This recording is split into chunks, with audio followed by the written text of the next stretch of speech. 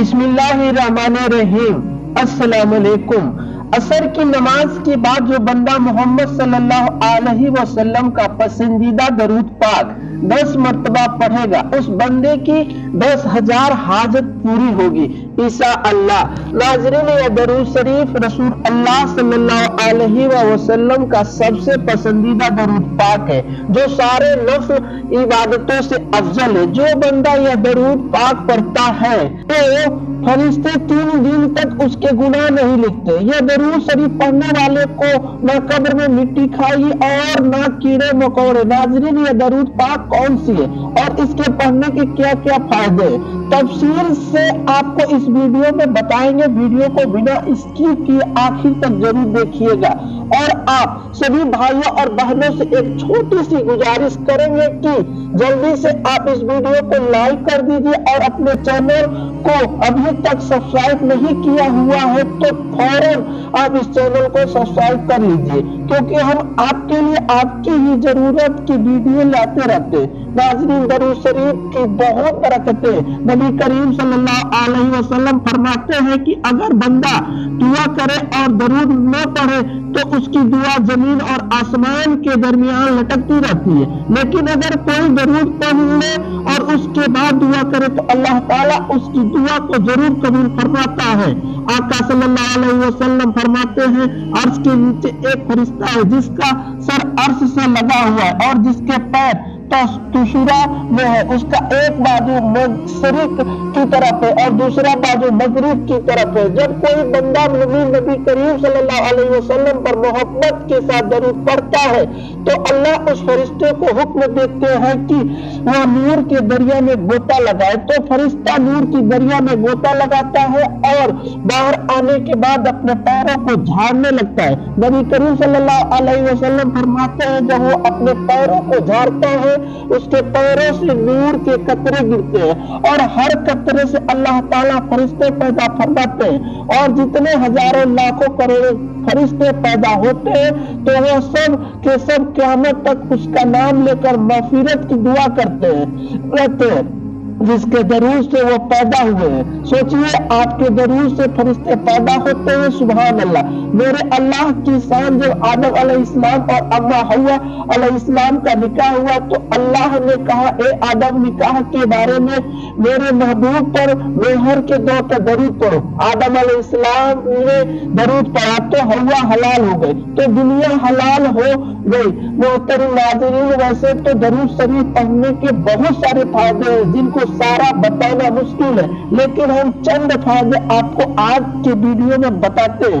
اللہ پاک قرآن کی سورہ الاحزاب میں مسلمانوں کو محمد صلی اللہ علیہ وسلم پر درود بھیجنے کا حکم دیتے ہیں۔ بے شک اللہ اور اس کے فرشتے درود بھیجتے ہیں۔ نبی کریم صلی اللہ علیہ وسلم پر، اے ایمان والو، تم بھی ان پر درود بھیجو اور سلام بھیجو۔ جو محمد صلی اللہ علیہ وسلم پر، ان کے پریوار پر ایک درود بھیجتا ہے، اللہ اس کے اوپر 10 درود بھیجتے ہیں، اس کے 10 گناہ معاف کر دیتے ہیں، 10 نیکی اس کے لیے لکھ دیتے ہیں۔ درود شریف پڑھنے سے برا وقت ختم ہو جاتا ہے، درود شریف پڑھنے سے بھولے ہوئے کام اور باتیں یاد آ جاتی ہے، درود شریف پڑھنے والوں کا قرض جلدی ادا ہو جاتی ہے، درود پڑھنے والا نبی کریم صلی اللہ علیہ وسلم کا پسندیدہ بن جاتا ہے، درود پڑھنے والا کا دل رحمت اور روشنی سے بھر جاتا ہے، درود پڑھنے والا جہنم کی آگ سے بچ جاتا ہے۔ درود پاک کو لگاتار پڑھنے سے سبھی جائز دعا پوری ہو جاتی ہے۔ درود بھیجنے والے کے دل میں اللہ اور محمد صلی اللہ علیہ وسلم کے لیے محبت پیدا ہو جاتی ہے۔ درود شریف گناہوں کا کفارہ ہے، درود شریف سے عمل پاک ہو جاتا ہے، درود شریف سے آنکھوں کا نور ملتا ہے، درود شریف پڑھنے سے جنت کے دروازے بلند ہوتے ہیں۔